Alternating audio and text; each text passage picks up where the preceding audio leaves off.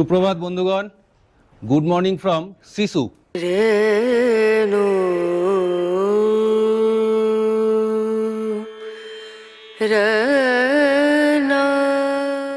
আজকে হচ্ছে 28শে জুলাই 2024।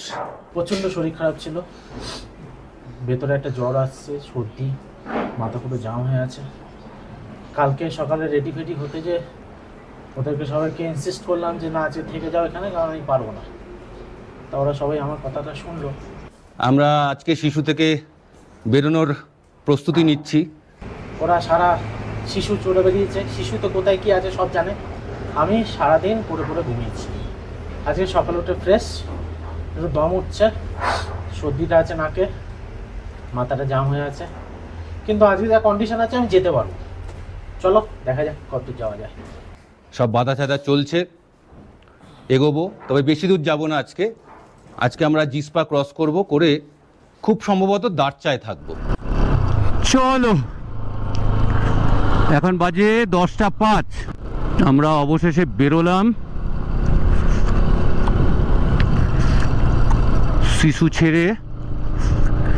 এখন আমাদের সামনে আছে তান্ডি, কেলং, জিসপা, তারপর দারচু। প্রচুর ক্যাফে হয়ে গেছে এখন। কালকের দিনটা রেস্ট নিয়ে সবারই ইমপ্রুভমেন্ট হয়েছে। বাপি তো অনেকটাই রিকভার করেছে কালকে যা অবস্থা ছিল সেখান থেকে। আমাদেরও যার যা সমস্যা ছিল বেশ খানিকটা করে কমেছে। আগের বার যখন এসছিলাম বাপি, এই কপিগুলো সব ক্ষেত থেকে তোলা হচ্ছিল, মনে আছে? বস্তায় ভরা হচ্ছিল আর সারি সারি সব ট্রাক দাঁড়িয়েছিল, ট্রাকে করে উঠছিল সব। তান্ডি এখান থেকে 22 কিলোমিটার। আজকে আমরা তাড়াহুড়ো করব না, আমাদের টার্গেট মাত্র 60-65 কিলোমিটার দূরে দাঁড়চাতে। প্রথমে একবার ভেবেছিলাম যে আজকে বেরিয়ে সিংকুলা ক্রস করে গণবরঞ্জনে চলে যাব। তারপর দেখলাম যে আমরা এখন আছি রাফলি ওটা 10,300 10,200 এরকম রেঞ্জে হাইট অল্টিটিউড। এবার দাঁড়চা হচ্ছে 11:30 মতন, সিংকুলা হচ্ছে 16,800 কাছাকাছি, রাফলি 16,500 17,000 মধ্যে একটা কিছু। আর গণবরঞ্জন হচ্ছে যেটা ক্যাম্পিং সাইট, সেটা হচ্ছে ওই 15,000 প্লাস, 15,500 কাছাকাছি। এবার যেহেতু প্রত্যেকেরই একটু একটু, হ্যাঁ চলো চলো, দাঁড়িও না বেরিয়ে গেছি, চলো টান্ডিতে নেব। এখানে একটা নতুন পেট্রোল পাম্প হয়ে গেছে, এটা ছিল না আগে। তো 10,000 থেকে উঠে একবারে 16,000 17,000 কাছাকাছি প্রায় ক্রস করে তারপর নাইট স্টেট আবার 15,000 কাছাকাছি, যেখানে কোনো রকম কোনো মেডিকেল ফেসিলিটিস নেই। একটু রিস্কি হয়ে যাবে আমাদের এই শারীরিক অবস্থায়। সেই জন্য ঠিক করলাম তাড়াহুড়োর দরকার নেই, সময় নিয়ে ধীরে সুস্থে একটু প্রাকৃতিক দৃশ্য উপভোগ করতে করতে যাই।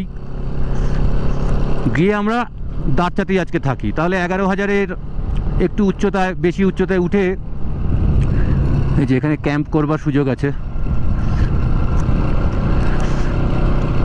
Mother's touch restaurant and camping. সেদিন যদি আমরা একটু বেলা থাকতে ঢুকতে পারতাম, তাহলে এই জায়গাগুলো একটু এক্সপ্লোর করে নিয়ে তারপর থাকার ডিসিশনটা নিতে পারতাম। যাই হোক, যেখানে ছিলাম সেটাও বেশ ভালো। একদম ফলসটার কাছে, লেকটার কাছে। আমি তোমার ঠিক পেছনেই আছি। তো আমাদের আজকে এখানেও রেস্টুরেন্ট, রুম সবই আছে। প্রচুর হয়ে গেছে, এগুলো একটাও ছিল না। ওই ছেলেটা বলছে ওই 1-2 বছর হলো সব চালু হয়েছে, আগে হাতে গোনা 2-3টে ছিল। সামনের পাহাড়টা দেখুন, রোদ মেঘের খেলা হচ্ছে, তারপর এই সুন্দর রাস্তা। আহা, সামনে চন্দ্রভাগা নদী, বাঁদিকে নিচে খরস্রোতা নদী।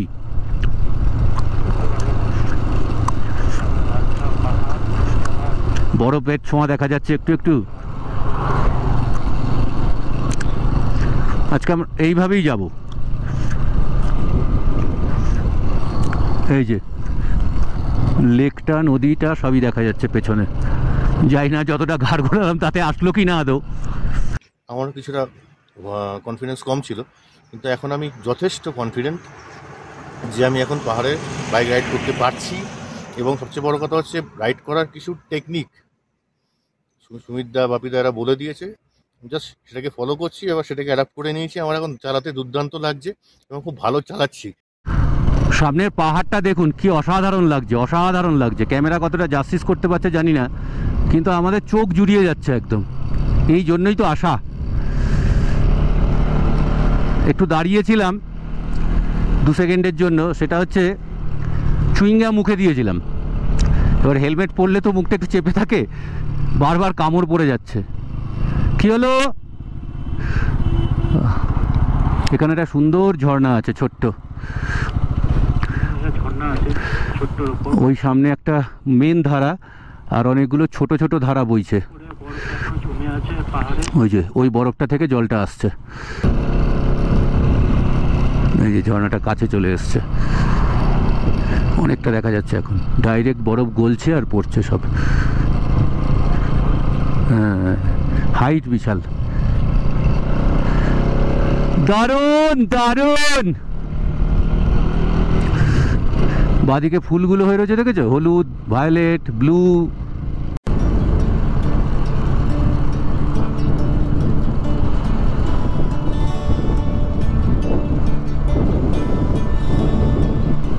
আমরা এখন আছি লাহুল ডিস্ট্রিক্টে। এখানে 3 জনকে দেখা যাচ্ছে, ক্যামেরায় আসছে কিনা জানি না, আমার মিররে 3 জনকে দেখা যাচ্ছে। পেছনটা দারুণ লাগছে। প্রচুর হোমস্টে, প্রচুর হোমস্টে। এত হোমস্টে 1-1.5 বছর, 2 বছর আগে, জাস্ট আমরা 2 বছর আগে এসেছিলাম। এর সিকিভাগও ছিল না। সব কটা বাড়ি এখন হোমস্টে হয়ে গেছে। সারচু এখান থেকে 119 কিলোমিটার, তান্ডি 18 কিলোমিটার, মানে আরও 1 কিলোমিটার এসছি আমরা। দারুণ লাগছে, দারুণ লাগছে, দারুণ লাগছে। আর টেম্পারেচারটাও বড্ড সুদিং, না গরম না ঠান্ডা, ভালো লাগছে বেশ। কি লাগছে পাহাড়টা, ওই যে ওপর থেকে আবার একটা ঝর্ণা পড়ছে। দারুণ দারুণ, চোখে দেখে সার্থক।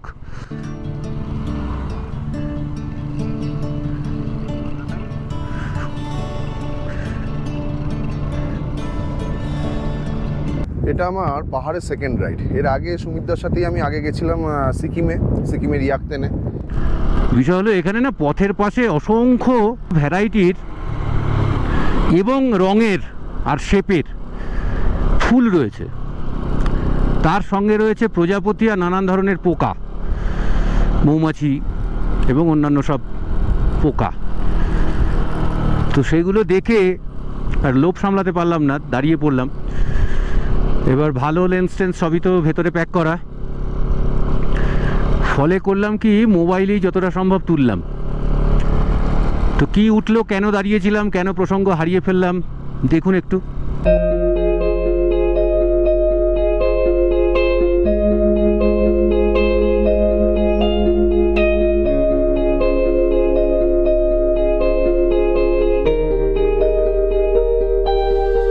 যদিও ওয়াইডে আছে, আমি পরে একটু ক্রপ করে দেখানোর চেষ্টা করব।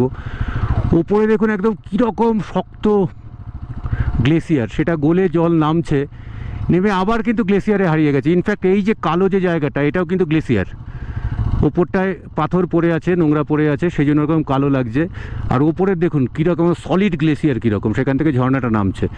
যে ঝর্ণাটা আমরা ওখানে তুললাম সেটা এখানে আরও প্রমিনেন্ট দেখা যাচ্ছে, প্রমিনেন্টভাবে। আর ওইখানে আরেকটা ঝর্ণা রয়েছে, মেঘগুলো যেখানে শেষ হচ্ছে হয়ে খাড়া পাহাড়টা নামছে, তারপর একটা ঝর্ণা রয়েছে। কি অসাধারণ দৃশ্য, কি অসাধারণ। এসব ছেড়ে যেতেই ইচ্ছে করে না, কিন্তু যেতে তো হবেই, নইলে আর লিমিটেড সময়ে এবং লিমিটেড রসদে বাজেট করেই তো বেরোতে হয়েছে। তো সেই বাজেট ফেল হয়ে যাবে, ছুটি ফেল হয়ে যাবে, যাতাকাণ্ড হবে। তান্ডি এখান থেকে 15 কিলোমিটার। সামনের ভ্যালিটা কি অসাধারণ লাগছে, ধাপে ধাপে ঘর বাড়ি, দারুণ লাগছে সত্যি। আর আজকে সব থেকে বড় কথা হচ্ছে আমাদের কোনো তাড়া নেই, যে কারণে আমরা একটু উপভোগ করতে করতে যেতে পারছি। এইটাই চেয়েছিলাম।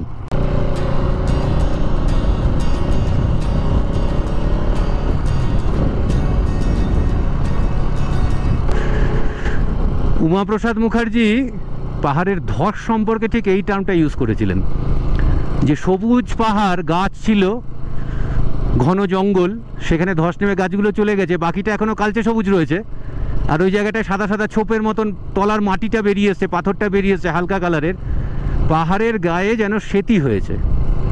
তুমি সেই কথাটা বরফ নিয়ে বললে, দারুণ।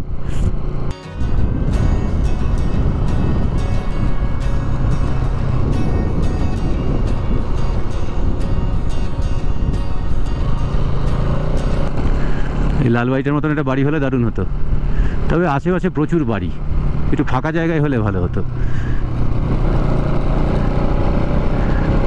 আমার তো এই বাদিকের বাড়িটাও দারুণ লাগছে। হ্যাঁ, তবে বড়, বেশি বড়, এত বড় চাই না। সব হোমস্টে ভর্তি, সব হোমস্টে ভর্তি, পুরো রাস্তাটাই এখন হোমস্টে হয়ে গেছে। কেলং থেকে মানালির বাস চলে, এটা সম্ভবত সেই বাস।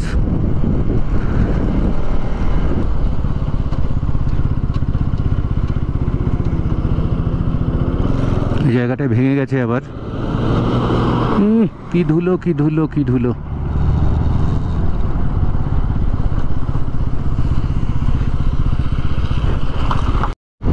বরফের পাহাড়টা দেখুন।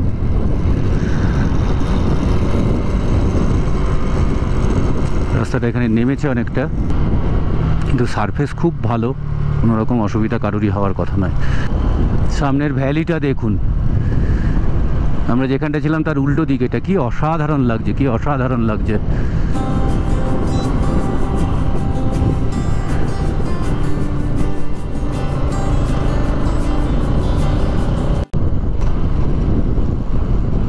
এরা কমপ্লিট করে ফিরছে। কিভাবে পাথর কাটা হয়েছে দেখুন। আর এই যে রিভার বেডের প্রায় কাছাকাছি চলে এসেছি। হাইট এখন আর খুব একটা বেশিও নেই, দূরত্বও খুব একটা বেশি নেই। ছোট্ট একটা ব্রিজ, দারুণ। এভাবে কীভাবে কেটেছে দেখুন সব।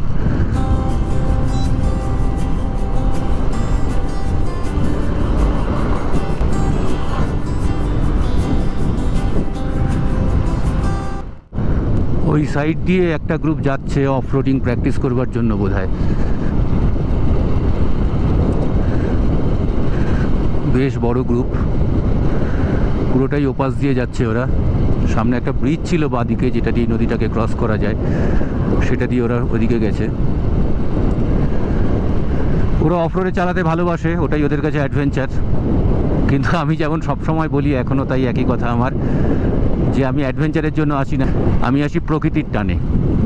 এই যে নদী, এই যে পাহাড়, এই যে ঝর্ণা, এগুলো আমাকে অবাক করে।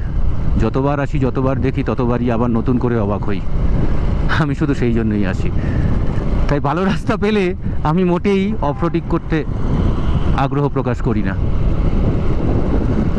অফরোডিং করি, কিন্তু সেটা বাধ্য হয়ে। এখানে ভালো রাস্তা আছে, তাই অফরোডিংয়ের প্রতি কোনো আকর্ষণ আমার নেই। বিআরওর যত প্রশংসা করা যায় ততই বোধহয় কম।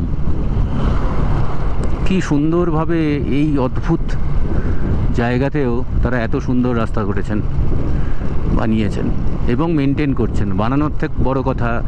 বানানোর থেকেও বড় কথা মেনটেন করা, সেটা করছেন।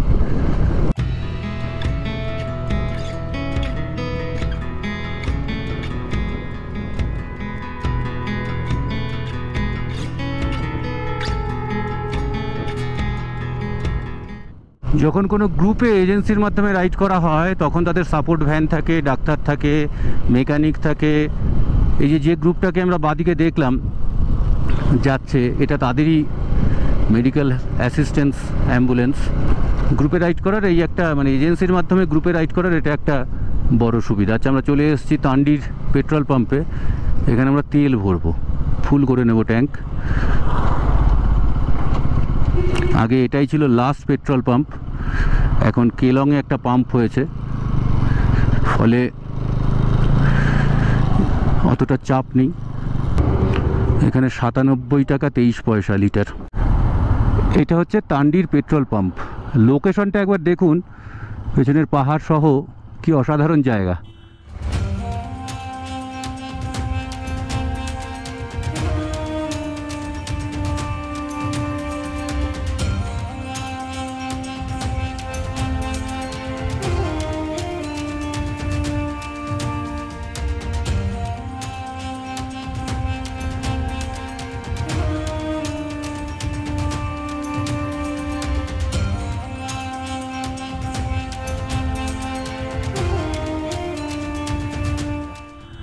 তো একসময় এটাই ছিল লাস্ট পেট্রোল পাম্প এই রুটে, কিন্তু এখন কেলংয়ের পেট্রোল পাম্প চালু হয়ে গেছে।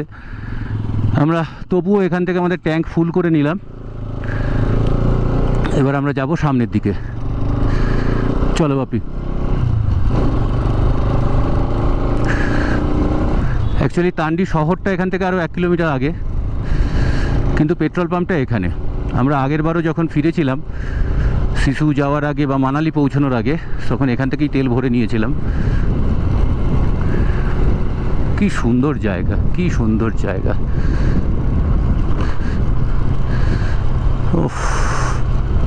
এই হচ্ছে তান্ডি শহর, তার একটা অংশ, বাজার হাট সবই আছে। আমরা এবার সামনে নদীটাকে পার করব, একটা আয়রন ব্রিজ আছে তার উপর দিয়ে। এখানে খাওয়া দাওয়ার ব্যবস্থাও সব আছে, কিন্তু থাকার বোধহয় খুব একটা এখানে জায়গা নেই। এই হচ্ছে তান্ডি ব্রিজ।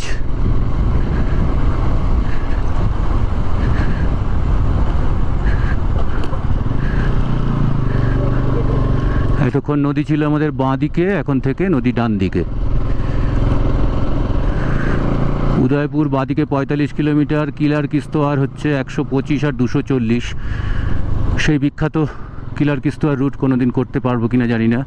কেলং এখান থেকে 9 কিলোমিটার, বারলাচা 82 কিলোমিটার, আর লে 367 কিলোমিটার।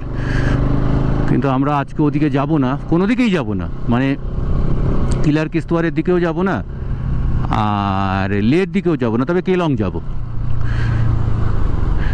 বাঁ দিকের এই রাস্তাটা হচ্ছে কিলার কিস্তোয়ার চলে যাচ্ছে, এই রাস্তাটা এই যে অ্যারো করা আছে কিলার কিস্তোয়ার। লে, সারচু, দারচা, কেলং সব এইদিকে।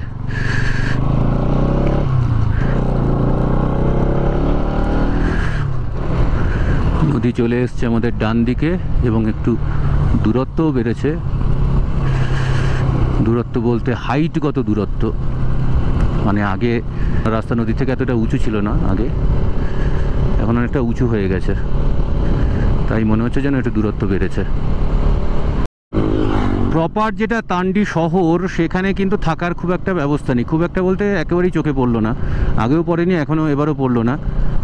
কিন্তু তান্ডি এবং সিসুর মাঝখানের যে জায়গাটা, সেখানে তান্ডি ঘেঁষে, তান্ডির থেকে হয়তো 1-1.5 কিলোমিটারের মধ্যে বেশ কিছু হোমস্টে আছে এবং ভালো ভালো জায়গাতে। আর যেটা আছে তান্ডির পরে টুয়ার্ডস লে, যেটা নেক্সট থাকার ব্যবস্থা আছে, সেটা হচ্ছে কিলং শহর, যেটা তান্ডি থেকে ওই 7-8 কিলোমিটার মতন দূরে। খুব সম্ভবত সামনে ওটা আমরা দেখতেও পাচ্ছি পাহাড়ের গায়ে।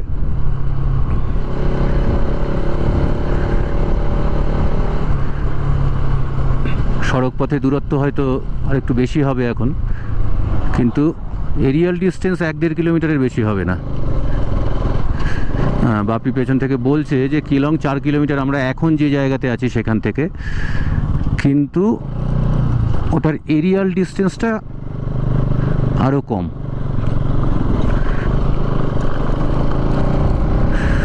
সামনের পাহাড়টাকে দেখুন, কি অদ্ভুত। মাথায় বরফ, গায়ে বরফের আঁচড়। প্রচুর গাছপালা এখনও আছে, কিন্তু আমরা হয়তো কালকের পর থেকে আর গাছপালার বেশ কদিন দেখতে পাবো না। তখন শুধু রুক্ষ পাহাড়, তার অবশ্য অন্য সৌন্দর্য। হ্যাঁ, বাপি একটা জিনিস বলছে, আমি জানি না আপনারা শুনতে পেলেন কি না। আচ্ছা, এই যে কেলং এখনও 4-5 কিলোমিটার বাকি, কিন্তু এখন হোমস্টেস পাওয়া যাচ্ছে, দেখা যাচ্ছে। জুনিপার ভ্যালি ক্যাম্পস শুরু হয়ে গেছে, মানে তান্ডিটা পেরিয়ে 1.5-2 কিলোমিটার আসলেই আবার আছে। আবার তান্ডির প্রপার তান্ডির থেকে আবার শিশুর দিকে 1-1.5 কিলোমিটার গেলেই আবার থাকার ব্যবস্থা আছে। মাঝখানের এই 2-3 কিলোমিটার থাকার খুব একটা ব্যবস্থা নেই। যে কথা বলছিলাম, বাপি যেটা বলছে ওখান থেকে, যে গাছগুলোর হাইট কিন্তু কমা শুরু হয়ে গেছে। মানে আস্তে আস্তে যে এরা ছোট হয়ে হয়ে ঘাস, তারপরে রুক্ষ পাথরে পরিণত হয়ে যাবে, মরুভূমির রাজ্যতে আমরা ঢুকে পড়বো, তার একটা ইন্ডিকেশন কিন্তু অলরেডি পাওয়া শুরু হয়ে গেছে। এইমাত্র মাইল পোস্ট দেখলাম, 3 কিলোমিটার এখান থেকে কেলং শহর। আমরা 22-এ যখন এসছিলাম আমি আর বাপি, তখন জিসপার যেটা প্রপার থাকার জায়গাগুলো তার একটু আগে আগে মানে টুয়ার্ডস লে আর কি, 1-1.5 কিলোমিটার আগে একটা রোড সাইড ধাবাতে মাটন কারি খেয়েছিলাম ভাত দিয়ে। সেটার নাম হচ্ছে গীতা ধাবা, খুব ভালো লেগেছিল। তো আমরা এখন আবার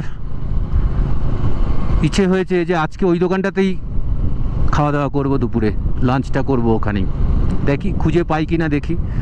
হয়তো অনেক বড় হয়ে গেছে, তখন একটু ঝুপড়ি টাইপের ঘর ছিল, দোকান ছিল। এখন তো অনেক কিছুই আরও পরিবর্তন হয়েছে, হয়তো বড় দোকান হয়েছে, খুঁজে নাও পেতে পারি। দেখা যাক, খোঁজার চেষ্টা করবো অ্যাটলিস্ট। এই যে বাপি যে বলছিল গাছের হাইট কমে আসছে, এই জায়গাগুলো দেখলে, এই যে বাঁ দিকে দেখুন পাহাড়ের গায়ে যে গাছগুলো অনেকটা ছোট হয়ে গেছে, ডোয়ার্ফ ভ্যারাইটি মনে হচ্ছে যেন। আস্তে আস্তে সব ছোট হচ্ছে হাইট। কি হয়েছে এখানে? না কিছু একটা হয়েছে। আচ্ছা, বড় একটা গ্রুপ, তাদের খাওয়া দাওয়া চলছে এখানে। এসছে, কিন্তু খুব বাজেভাবে রেখেছে এরা বাইকগুলোকে। জ্যামটা কাটিয়েছি। গেস্ট হাউস অ্যান্ড রেস্টুরেন্টস এখানে প্রচুর আছে, হোমস্টে, রেস্টুরেন্ট, ক্যাম্পিং সাইট। এই যে কেলংয়ের এই পেট্রোল পাম্পটা, এটা আগেরবার তৈরি হচ্ছিল, তখনও অপারেশনাল ছিল না, এখন চালু হয়ে গেছে। বাঁ দিকের কোনো একটা ওষুধের দোকানে বাপি টেটভ্যাগ নিয়েছিল।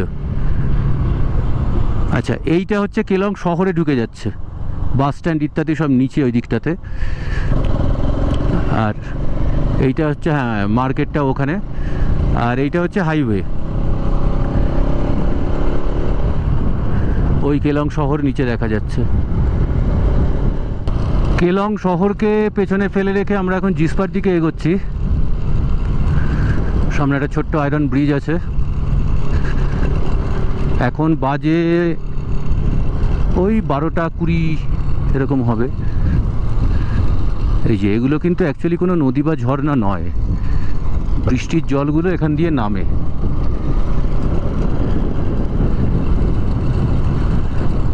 সূর্য প্রায় মাথার ওপরে, আমরা যেদিকে যাচ্ছি সেদিকেই রয়েছে, সেই জন্য চোখে মুখে ডাইরেক্ট লাইটটা লাগছে, অথচ সানগ্লাস পরিনি আজকে।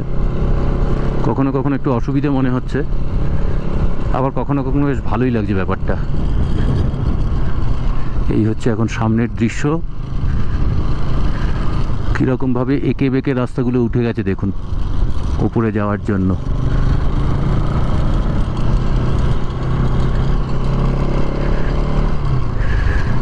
এই পাহাড়টার মাথায় মেঘের ছায়া পড়েছে, ওই পাহাড়টার মাথায় কোথাও কোথাও ছায়া পড়েছে, কোথাও কোথাও আবার আলো আছে।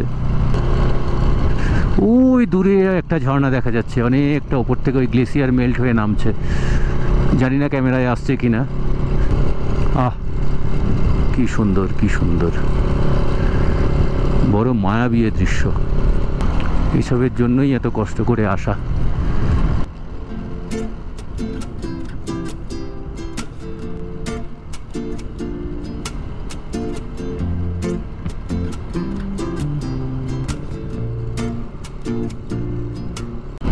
সামনে একটা গ্রাম আছে যার নাম হচ্ছে স্টিংরি। স্টিং রে জানতাম, তার কাছাকাছি কিছু কিনা আমি জানি না অবশ্য। দারচা 24, বার্লাচালা 69, লে 351। এখানে হেলিপ্যাডও আছে স্টিংরি গ্রামে, বাপরে বাপ। এই স্টিংরি হচ্ছে বেসিক্যালি একটা মিলিটারি বেস, সেই জন্য এখানে হেলিপ্যাডও আছে। ও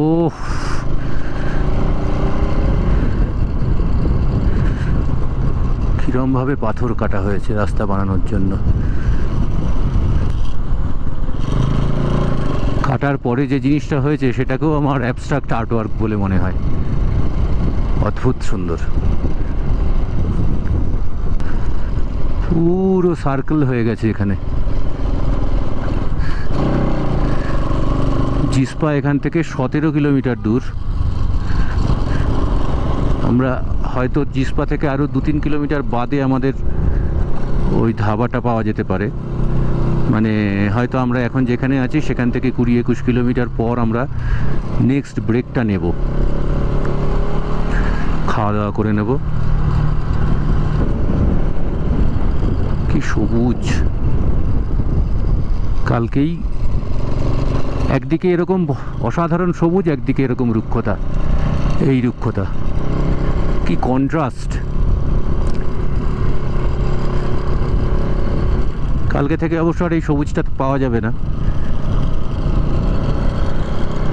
পুরো গল্ফ কোর্স মনে হচ্ছে ওখানটাকে। আমাদের আপওয়ার্ড জার্নি শুরু হয়ে গেছে। অ্যাকচুয়ালি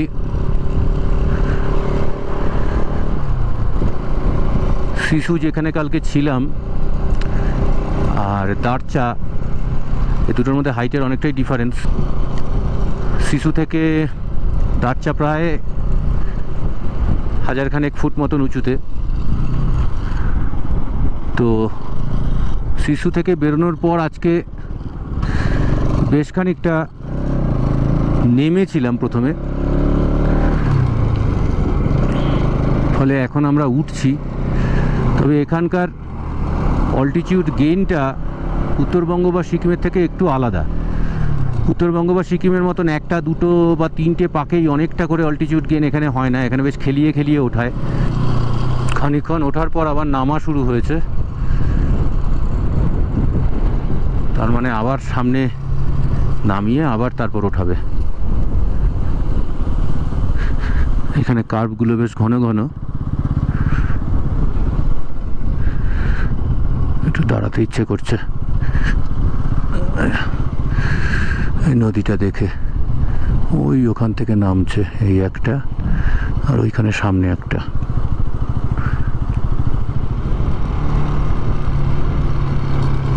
আজকে আমাদের কোনো তাড়া নেই অ্যাকচুয়ালি। সারাদিনে 60-62 কিলোমিটার রাইড, ওই জন্য যেখানে খুশি দাঁড়াচ্ছি। এই দেখুন মিররটা কিভাবে কাঁপছে হাওয়ার জন্য। এই দেখুন, এই দেখুন।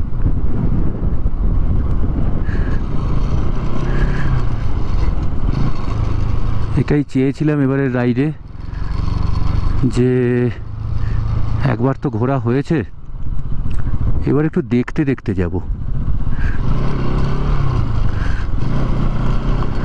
দেখতে দেখতে যাচ্ছি, আজকে অন্তত সেই সুযোগটা পাচ্ছি। ওই যে বাপি দাঁড়িয়ে আছে উপরে, আর এই রাস্তা দিয়ে নামলাম আমরা।